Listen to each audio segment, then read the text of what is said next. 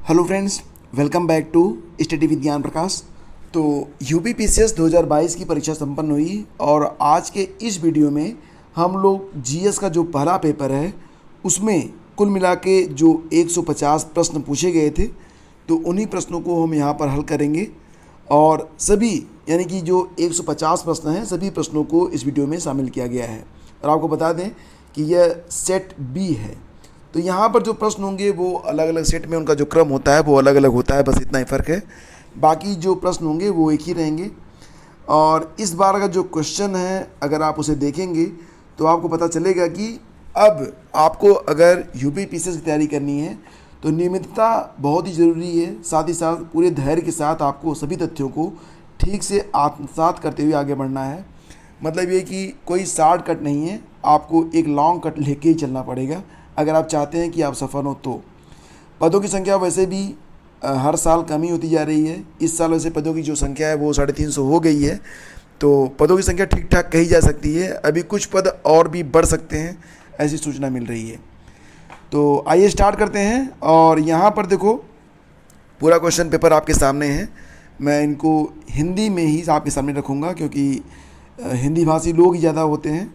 तो आइए पहला क्वेश्चन देखते हैं। और यहाँ पर बहुत अधिक व्याख्या नहीं होगी, क्वेश्चन और आंसर के फॉर्मेट में ही हम लोग चलेंगे आगे ताकि समय कम लगे, क्योंकि प्रश्न 150 है। पहला क्वेश्चन देखिए, ज्योतिबा फुले संबंधित थे जाति विरोधी आंदोलन से। इसका सही जवाब ऑप्शन सी है। खान मंत्रालय की वार्षिक रिपोर्ट 2020-21 के अनुसार कौन से दो राज्य भारत में लौह अयस्क के प्रमुख उत्पादक हैं? आप जानते ही हैं, एक ओडिशा पहले स्थान पर, दूसरे स्थान पर कर्नाटक है, झारखंड तीसरे स्थान पर आता है। तो यहाँ पर उड़ीसा और कर्नाटक को लेंगे, विकल्प 1 और 4, यानी कि इसका आंसर ऑप्शन बी है। विश्व खुशहाली सूचकांक 2022 के अनुसार भारत की रैंक पूछा गया था जो कि 136 है, ऑप्शन ए। फिर देखिए, सुल्तानगढ़ी को किसने बनवाया था? इल्तुतमिश ने बनवाया था। ये शायद अपने बेटे की याद में बनवाया था। लाल महल बलबन ने बनवाया था।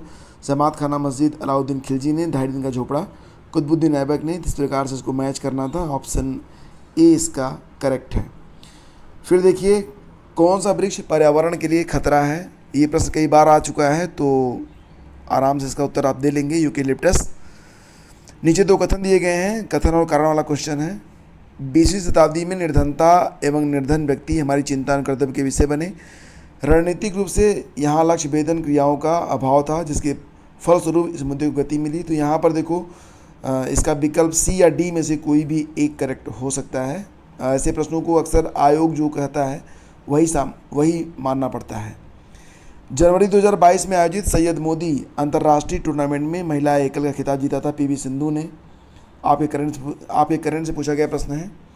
डाइक्लोरो डाई फिनाइल ट्राइक्लोरोइथेन डीडीटी जो है यह जैव रासायनिक उर्वरक है, ऑप्शन डी इसका करेक्ट था।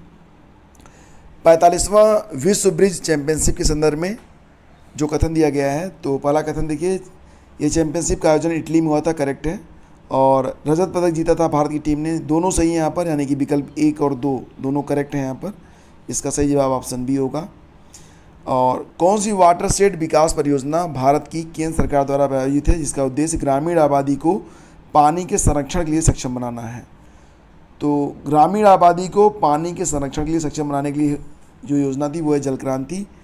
तो इसका सही जवाब ऑप्शन ए है। फिर देखिए, भारत सरकार द्वारा पर्यावरण से संरक्षण के लिए जो एक्ट पारित किया गया था 1986 में पारित हुआ था, ऑप्शन बी। शिक्षा का अधिकार मौलिक अधिकारों में शामिल हुआ था 2002 में 86वें संविधान संशोधन के द्वारा, ऑप्शन सी करेक्ट है।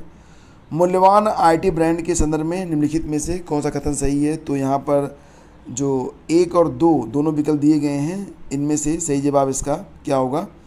तो केवल 2 सही है इसमें, ठीक है, ऑप्शन 2 सही है। मतलब इसका जो विकल्प सी है ये आपका आंसर हो सकता है। इसमें थोड़ा सा विवाद भी रहेगा, ठीक है।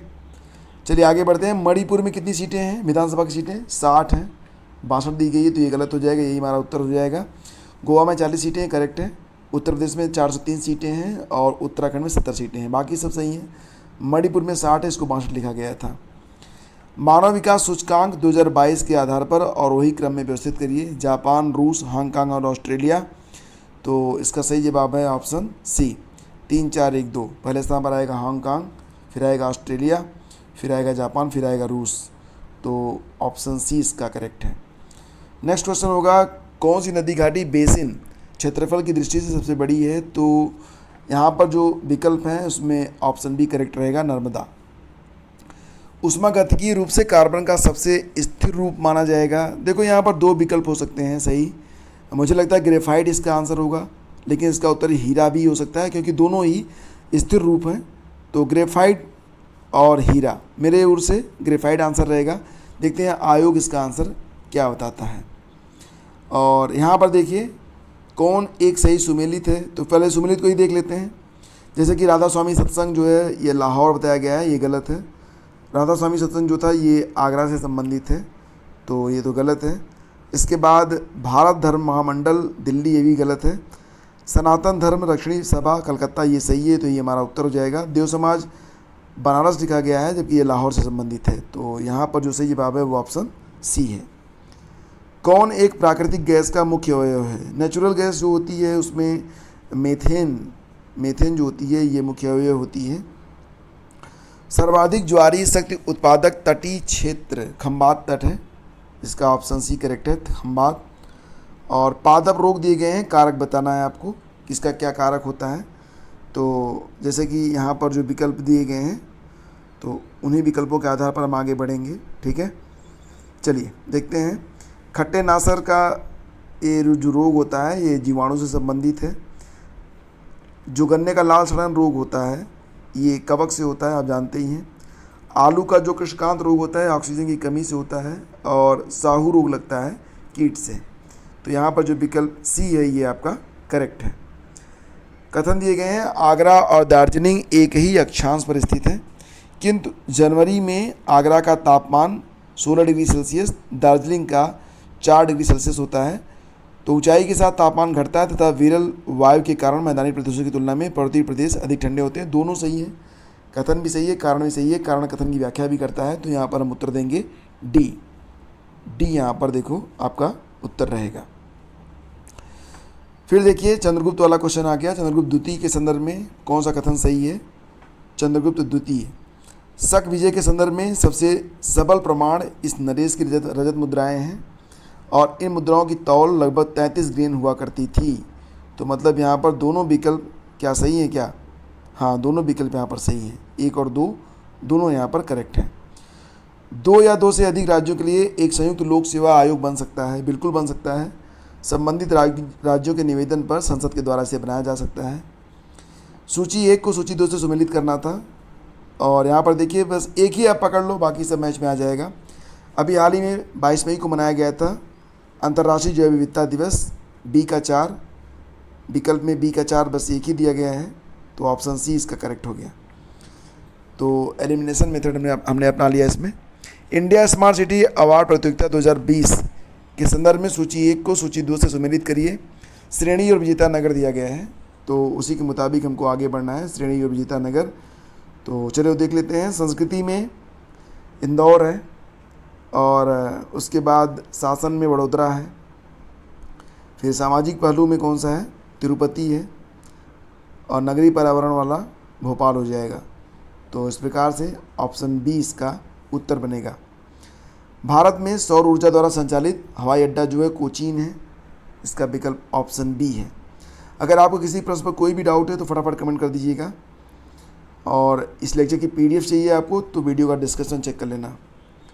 मार्च 2022 में प्यूर्टो रिको में आयोजित मिस वर्ल्ड 2021 की विजेता कौन थी? तो करोलिना मिलावस्का थी, ऑप्शन बी। एलबीएस एक वित्तीय समावेशन के लिए भारत सरकार द्वारा उठाए गए आर्थिक उपायों में से एक है।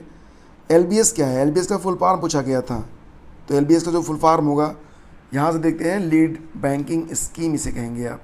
ऑप्शन बी करेक्ट है, लीड बैंकिंग स्कीम।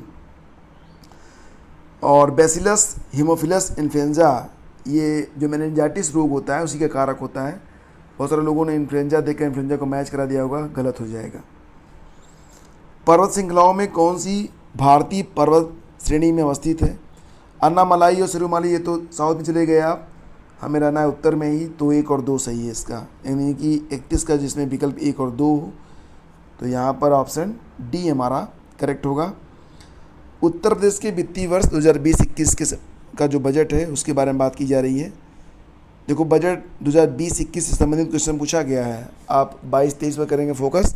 क्वेश्चन आ गया है कौन सा, 20-21 वाला। तो यहाँ पर देखिए 2 कथन दिए गए हैं, इसी के आधार पर आपको उत्तर देना है और इसका सही जवाब क्या हो जाएगा, दोनों सही हैं, 1 और 2 दोनों सही हैं, मतलब इसका जो विकल्प बी है वो करेक्ट। फिर देखिए सूची 1 सूची 2 को सम्मिलित करिए। दार्शनिक और दर्शन, दार्शनिक और दर्शन पर चलते हैं। तो सबसे पहले बात करते हैं रामानुजा, विशिष्टाद्वैत हो जाएगा, एक क्रमशः था, ठीक है, माधवाचार्य, फिर निम्बार्क, फिर शुद्ध द्वैत। तो मतलब इसका था 4 3 2 1, जो विकल्प डी है इसका करेक्ट है, ऊपर नीचे कर दिया गया था। अभिकथन और कारण वाला क्वेश्चन आ गया है। लिम्नेटिक क्षेत्र में पादप प्लवक अधिकता में वृद्धि करते हैं। लिम्नेटिक क्षेत्र पानी का खुला क्षेत्र होता है। तो 34 का सही जवाब क्या हो जाएगा यहाँ पर। इसमें देखो दोनों हो सकते हैं, कथन भी सही है, कारण भी सही है। अब आयोग क्या कहता है कि व्याख्या है या नहीं है, उसी के आधार पर ये सी और डी में से कोई एक उत्तर आयोग देगा। तो आयोग के ऊपर छोड़ देते हैं इसे। भारत विश्व का छठा सबसे बड़ा देश है, बताओ है क्या। भारत विश्व का छठा नहीं भाई, 7वां सबसे बड़ा देश है, यानी कि पहला विकल्प यहाँ पर गलत हो गया, पहले को गलत कर लेंगे। उसके बाद फिर आएगा आपका क्वेश्चन, संसार का 2.4% क्षेत्र भारत के अंतर्गत आता है।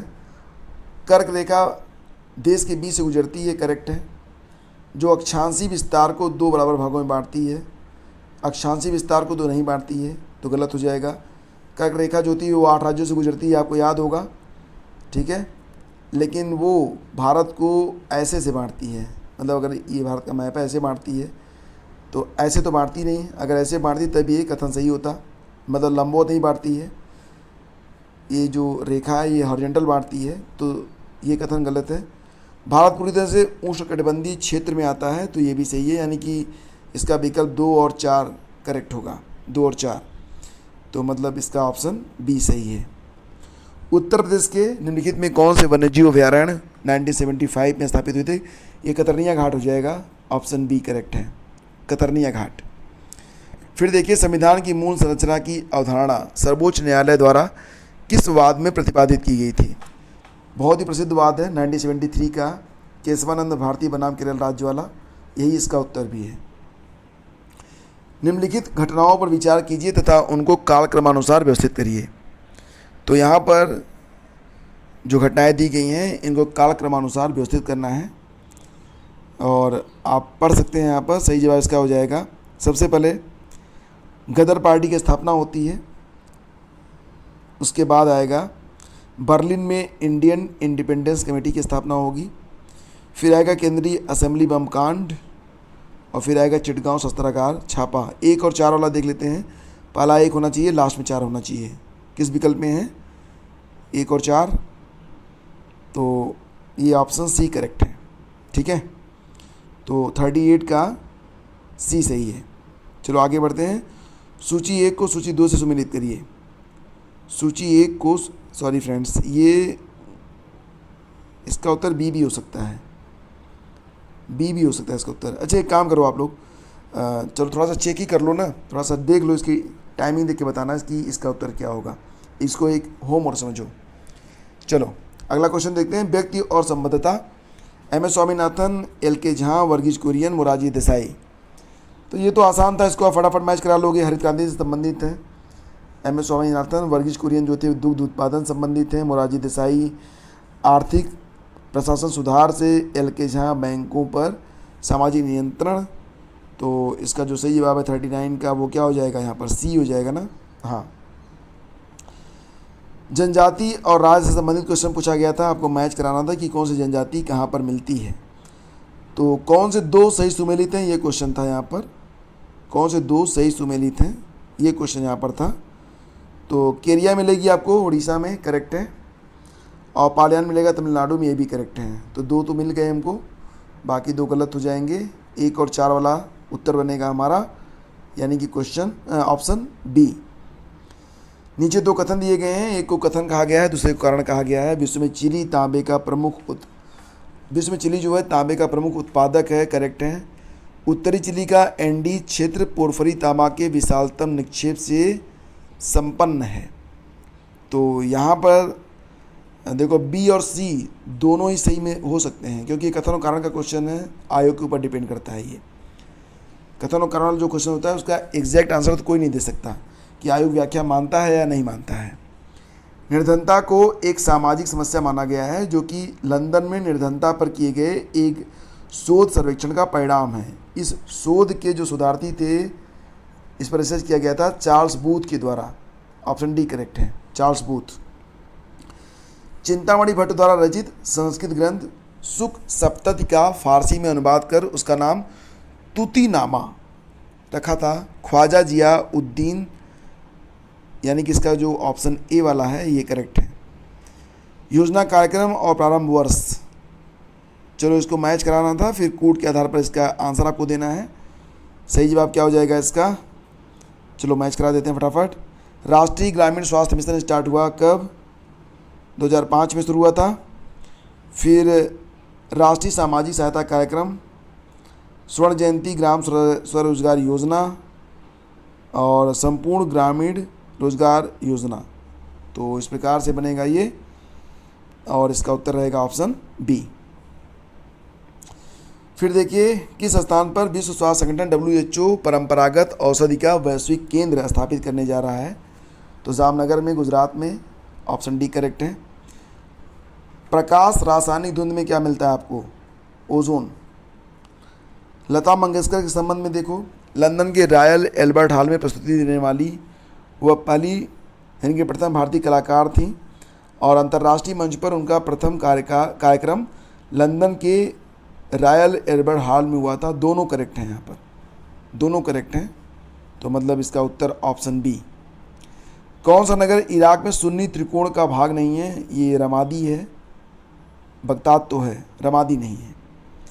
73वां संविधान संशोधन भारत के स्थानीय शासन के इतिहास में एक आधार स्तंभ के रूप में जाना जाता है, करेक्ट है। 73वें संविधान संशोधन ने पंचायतों को अति अपेक्षित संवैधानिक दर्जा प्रदान किया, करेक्ट है। मतलब ए और आर दोनों सही हैं, आर ए की व्याख्या भी है, तो उत्तर दे दीजिए इसका डी।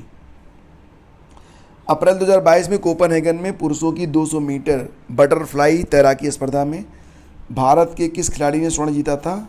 सजन प्रकाश ने। ऑप्शन बी करेक्ट है। फिर देखिए, कौन सा एक बांध उत्तर प्रदेश में नहीं है? बदुआ बांध, ये उत्तर प्रदेश में नहीं है। अड़वा भी है, बघेलखंड भी है, अरोरा भी है। बदुआ बांध कहाँ पर स्थित है बताओ? एल्यूमिनियम संयंत्र और उसकी स्थिति के बारे में बताया जा रहा है। कौन सा सही सुमेलित नहीं है? मद्रास में मिले, मद्रास एल्यूमिनियम कंपनी लिमिटेड। माल को मिलेगा चेन्नई में, सही है। बाल को मिलेगा कोरबा में, सही है।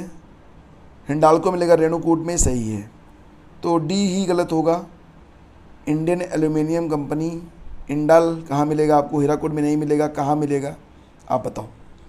राजनीतिक दलों पर विचार करिए। सबसे पहले कौन सी पार्टी बनी थी? तेलुगु देशम पार्टी।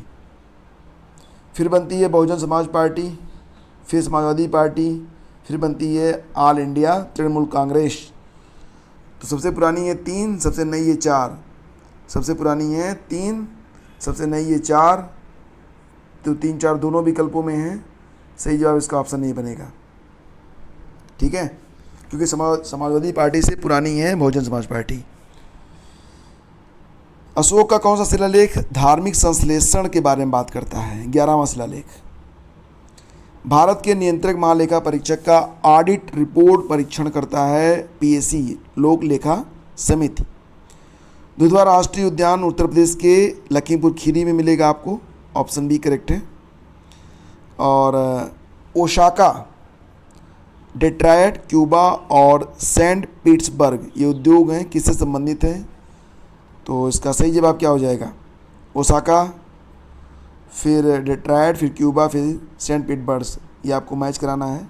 57 है इसका, और इसका सही जवाब क्या हो जाएगा? ओसाका संबंधित है आपका सूती वस्त्र से, डेट्रॉयट मोटर वाहन से, क्यूबा सिगार से, और सेंट पीटर्सबर्ग जो है पोत वाहन से। यानी कि इसका जो विकल्प डी है वो करेक्ट होगा। सतत विकास लक्ष्य और किससे संबंधित है? 58। तो यहाँ पर देखिए जो सतत विकास लक्ष्य SDG 10 है वो असमानताओं से संबंधित है। मैच करते हुए आगे बढ़ते हैं। 58 का इसका आंसर क्या होगा? पहला तो मैच हो गया। दूसरा देखते हैं SDG 13, मतलब बी वाला जो होगा वो किस पर चला जाएगा? वो 1 पे जाएगा, जलवायु परिवर्तन पर। तो इसका सही जवाब ऑप्शन डी हो रहा है यहाँ पर। अलाउद्दीन खिलजी की निम्नलिखित विजयों को कालक्रमानुसार व्यवस्थित करिए। रणथंबोर, गुजरात, वारंगल और चित्तौड़। पहली विजय कहाँ पर हुई थी?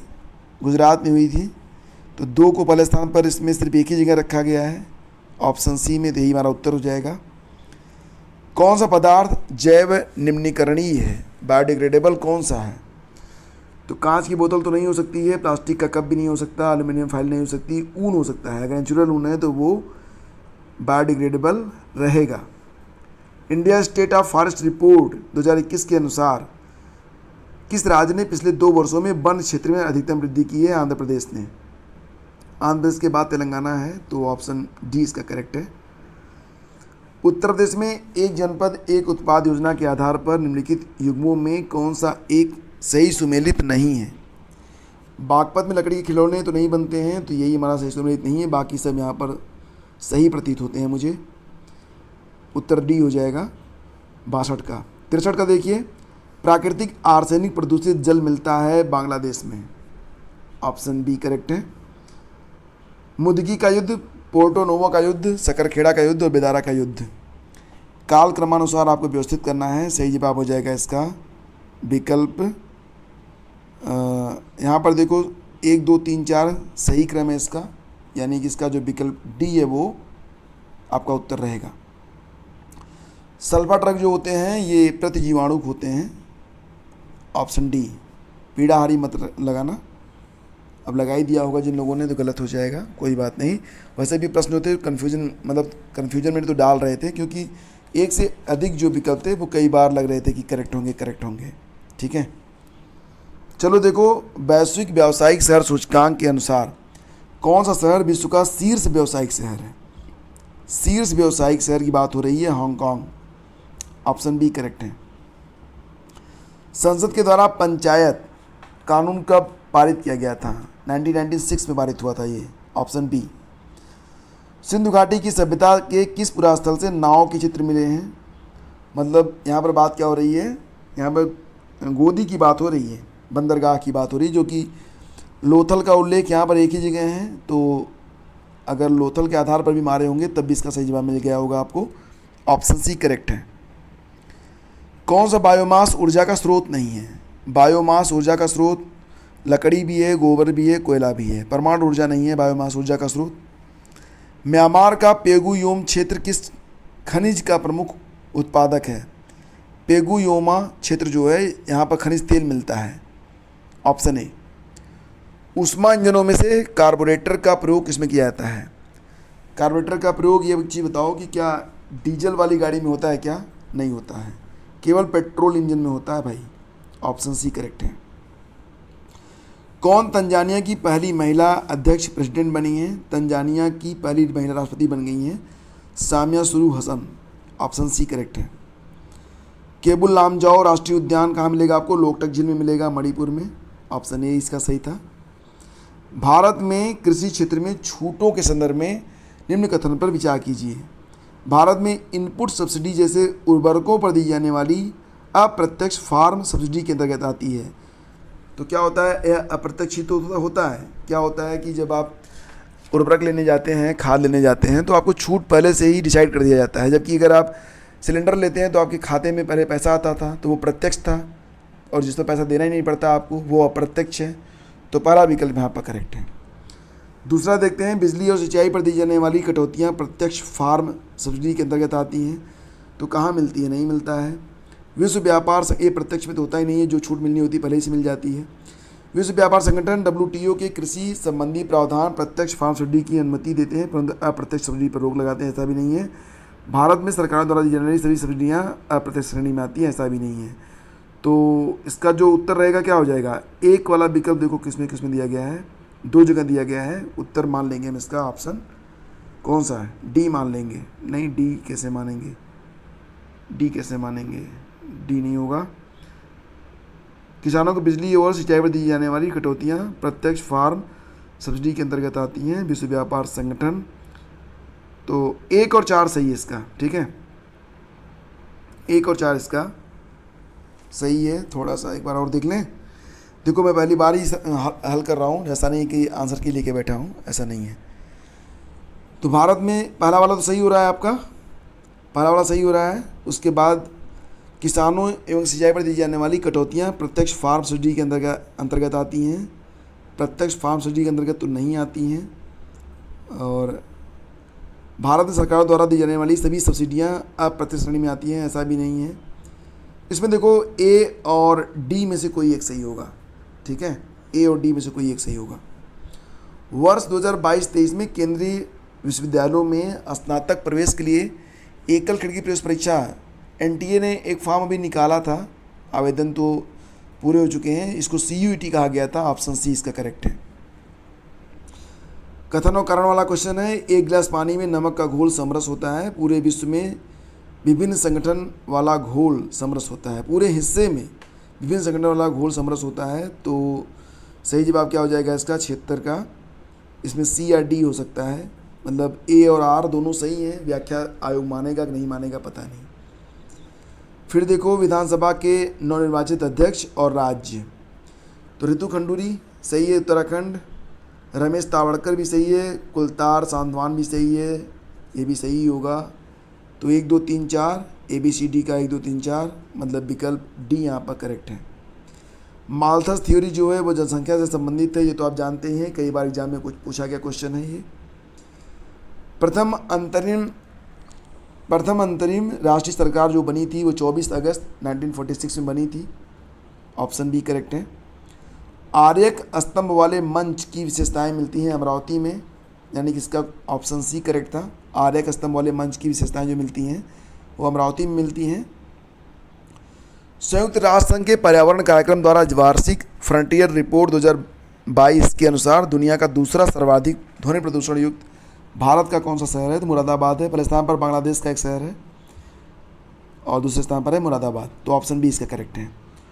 ओजोन दिवस प्रतिवर्ष होता है 16 सितंबर को, बहुत ही अच्छा प्रश्न है ये, 16 सितंबर इसका उत्तर रहेगा। नाइटहुड की उपाधि लौटाई थी रविन्द्रनाथ टैगोर ने, ऑप्शन बी करेक्ट है। जब जलियांवाला बाग हत्याकांड हुआ था तो उसके विरोध में रविन्द्रनाथ टैगोर जी ने नाइटहुड की उपाधि को लौटा दिया था। सत्यशोधक समाज के संस्थापक थे ज्योतिबा फुले जी, ऑप्शन सी करेक्ट है। भारत के जलप्रपात और अवस्थिति, दूध सागर मिलेगा आपको कर्नाटक में, मैच करा लो। तो ए का एक किस में दिया गया है ये देख लो, ए का एक दिया गया है, 2 विकल्पों में है, सॉरी बस केवल सी में दिया गया है, तो बस यही हमारा उत्तर बन जाएगा, बाकी देखने की ज़रूरत नहीं है। इको मार्क किसको मिलता है, जो पर्यावरण से मित्रवत हो, ठीक है। फिर देखो कौन एक सुमेलित नहीं है, ईशान वर्मन सर्ववर्मन, जीवित गुप्ता सेकंड और ईश्वर वर्मन, तो इसमें से उत्तर हो जाएगा आपका ऑप्शन बी सर्ववर्मन। और स्तनधारी कौन सा है जो अंडे देता है, तो एडिकिना अंडे देता है, ऑप्शन सी करेक्ट है इसका। तीसरी अनुसूची, चौथी अनुसूची, 7वीं अनुसूची, 8वीं अनुसूची, यहाँ पर आपको मैच करा देना है बस। आपको पता ही है कि जो 7वीं अनुसूची है उसमें क्या मिलेगा, ये 4 वाला मिल जाएगा। 8वीं सूची भाषा से संबंधित है, तो बस 3 4 मैच हो गया। सी का 4, डी का 3, सी का 4 और डी का 3, 4 3, यानी कि इसका विकल्प सी सही है। DK curve, JET Betul, Ishwar Chandra Vidyasagar और BM मालाबारी का नाम दिया गया है उनके काम। DK कर्वे को जाना जाता है री मैरिज एसोसिएशन के लिए, भी दूसरा विकल्प सही हो गया। ईश्वरचंद्र विद्यासागर को बाल विवाह विरुद्ध संघर्ष के लिए, तो यहाँ पर मैच हो गया आपका, इसका उत्तर हो जाएगा ऑप्शन सी, ऑप्शन सी इसका करेक्ट है। पश्चिमी उत्तर प्रदेश के संदर्भ में निम्न कथनों में से कौन सा सही है। उत्तर प्रदेश का पश्चिमी क्षेत्र अन्य क्षेत्रों की तुलना में अधिक विकसित है, नॉट वेरी श्योर, कोई नहीं कह सकता इसके बारे में। तो पहला क्वेश्चन जो है ये सही भी हो सकता है और गलत भी हो सकता है। यह क्षेत्र हरित क्रांति का साक्षी रहा है, ये पॉसिबल है क्योंकि उत्तराखंड से सटा हुआ क्षेत्र है ये, तो दूसरा विकल्प यहाँ पर बिल्कुल सही है। तो या तो इसका उत्तर केवल 2 रहेगा, या तो 1 और 2 दोनों आ सकता है। नई दिल्ली की किस प्रसिद्ध इमारत को प्रधानमंत्री संग्रहालय में बदला गया? तीन मूर्ति भवन को। ऑप्शन सी करेक्ट है। देखो, जिन प्रश्नों के बारे में आपको डाउट है उनको बता दे रहा हूँ, ऐसा नहीं है कि मैं उस पर कोई ज़बरदस्ती ठोक रहा हूँ। अगर आपको करेक्ट आंसर पता है तो आप नीचे कमेंट करके देख सकते हैं, और बस 2-3 दिनों में ऑफिशियल आंसर की आ जाएगी। Then after we will discuss official answer key, और अपने आंसर की को भी करेंगे डिस्कस। और देखो, जो नेक्स्ट ईयर की तैयारी करना चाहते हैं जो लोग, वो चैनल को फटाफट सब्सक्राइब कर लें, क्योंकि अभी से हम लोग लगेंगे तैयारी में। इस बार एक लंबी रणनीति के तहत हम लोग तैयारी करेंगे, ताकि कुछ भी छूटे ना। 2023 मोक्ष, मतलब बस अंतिम तैयारी। इसके बाद जो लोग चैनल से जुड़ेंगे सबका सिलेक्शन, अगर लोग मेहनत करेंगे ईमानदारी से, तो करवाना तय रहेगा। चलो, बलवंत राय मेहता समिति आपको पता ही है 1957 में बनी थी। अशोक मेहता समिति बनी थी 1977 में। तो यहाँ पर आपको 93 का जो सही जवाब है वो आपको मैच करा लेना है, 93 वाला। इसका बनेगा बी। 1 2 3 4, मतलब एकदम सब सीरियल से ही मैच हो रहा है, सीरियल से ही सब मैच हो रहा है। फिर देखो आ गया है, 2 कथन दिए गए हैं पारिस्थितिकी निकेत के बारे में। तो 2 कथन दिए गए हैं, दोनों को फटाफट पढ़ लो। इसका आंसर आपको बताना है। आंसर इसका क्या रहेगा? 1 और 2 दोनों सही हैं। ऑप्शन बी करेक्ट है, 1 और 2 दोनों सही हैं। शेरशाह को अपनी वीरता से प्रभावित करने वाले जो जैता और कुप्पा थे, वो कहाँ से थे? मारवाड़ से थे। भारत में किस धार्मिक समूह का सर्वाधिक भाग नगरीय है? जैन लोग अगर गांव में रहते हो तो बताना, बहुत कम लोग मिलते हैं जैन। ज़्यादातर जैन, जो जैन कम्युनिटी है, सबसे रिच भी माने जाते हैं ये लोग, और शहरों में ही रहते हैं। 10 अप्रैल 2022 को घोषित नीति आयोग के राज्य ऊर्जा और जलवायु सूचकांक के अंतर्गत भारत के निम्नलिखित में से शीर्ष प्रदर्शन करने वाले 3 राज्य हैं: गुजरात, केरल और पंजाब। Option C. उत्तर प्रदेश के निम्नलिखित नगरों पर विचार कीजिए और जनसंख्या के आधार पर उन्हें अवरोही क्रम में व्यवस्थित करिए। अवरोही क्रम में व्यवस्थित करना है आपको, छोटे से बड़े जाना है, ठीक है। 98 सही जवाब क्या बनेगा यहाँ पर? सही जवाब बनेगा इसका, पहले तो आ जाएगा कानपुर, फिर आ जाएगा लखनऊ, फिर आ जाएगा गाज़ियाबाद, फिर आएगा आगरा। तो ऑप्शन सी करेक्ट है। अंतर्राष्ट्रीय अंतरिक्ष स्टेशन पर किसी नासा के अंतरिक्ष यात्री द्वारा सर्वाधिक लंबी अंतरिक्ष यात्रा का रिकॉर्ड किसका है? बताओ। 99 का सही जवाब हो जाएगा ऑप्शन सी, मार्क वेन हे।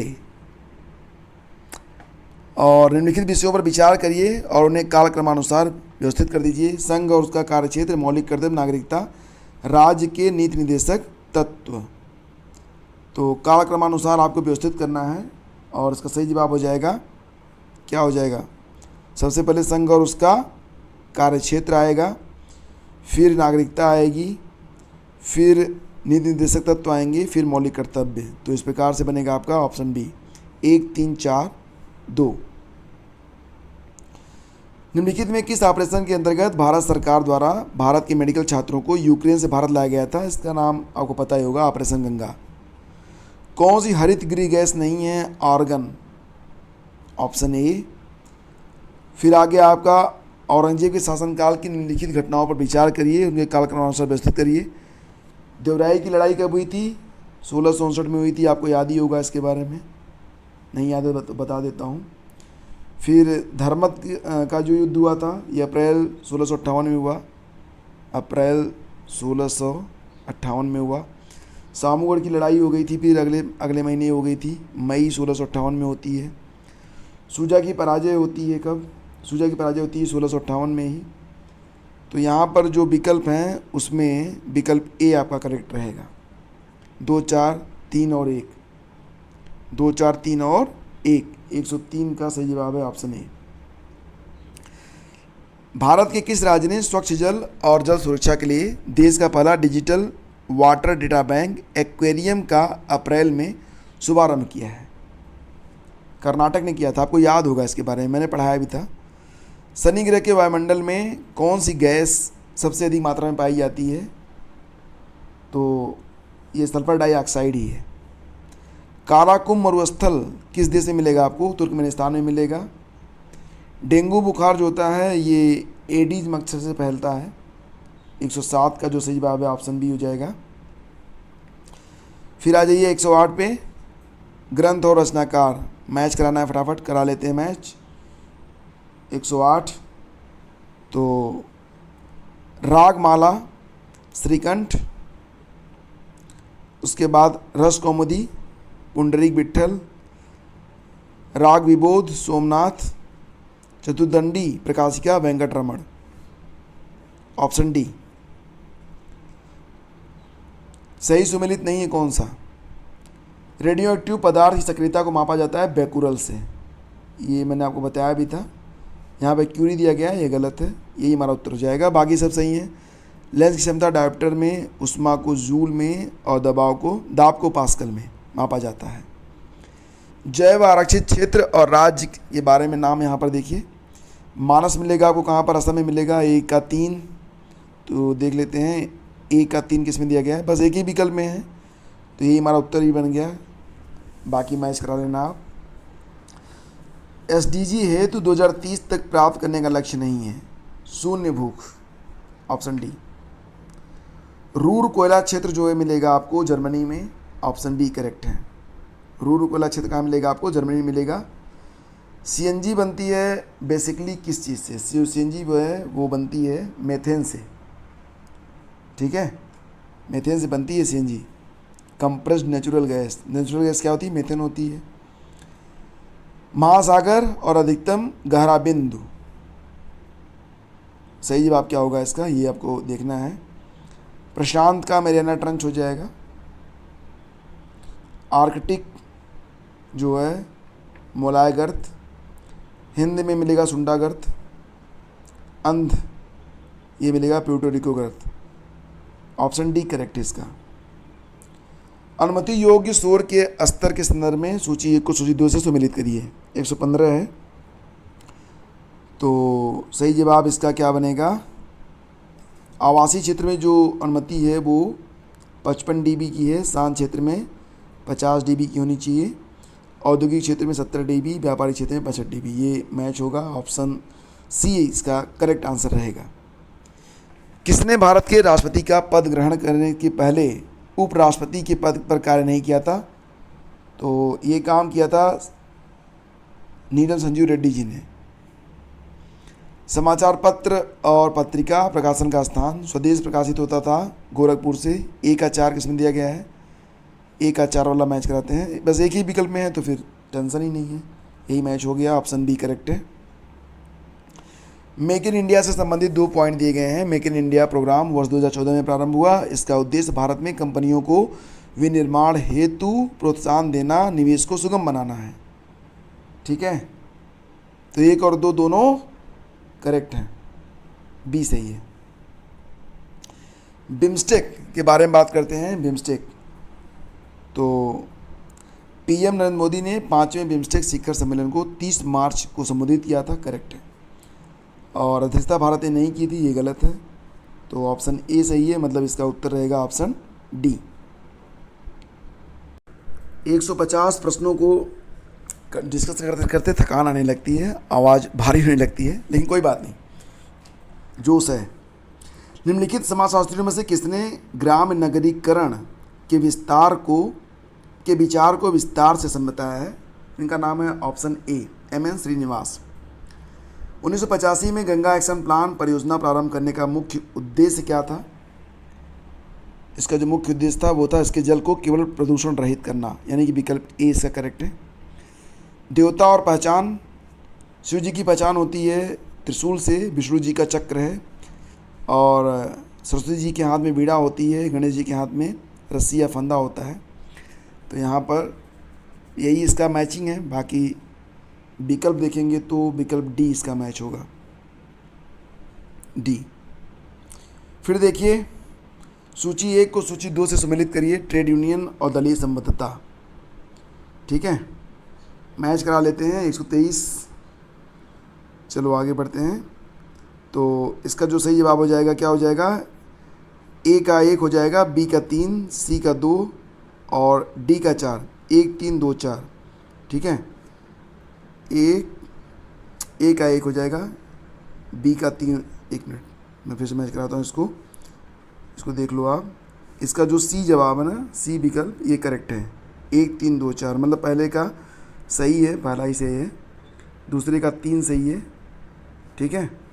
उसके बाद फिर यूनाइटेड ट्रेड यूनियन कांग्रेस वाला जो है ये जाएगा यहाँ पे। इसी प्रकार से ये मैच हो रहा है, तो इसका विकल्प सी जो है वो करेक्ट है। विकल्प सी यहाँ पर करेक्ट है।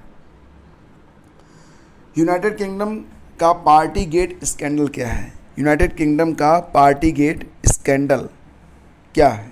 124 ब्रिटिश प्रधानमंत्री कार्यालय द्वारा कोविड-19 मानदंडों के उल्लंघन से संबंधित है ये। ऑप्शन बी करेक्ट है। निम्नलिखित में कौन प्रधानमंत्री स्वनिधि योजना के अंतर्गत लक्षित समूह है? प्रधानमंत्री स्वनिधि योजना के अंतर्गत डेयरी किसान, यानी कि इसका ऑप्शन डी करेक्ट है। 125 का डी सही है। फिर देखिए, दक्षिण पूर्व एशिया में स्थित बोर्नियो द्वीप के संदर्भ में कौन सा कथन सही है? 126 यह 3 देशों में विभाजित है, इसकी उत्पत्ति ज्वालामुखी निक्षेप से हुई है। दोनों विकल्प यहाँ पर करेक्ट हैं।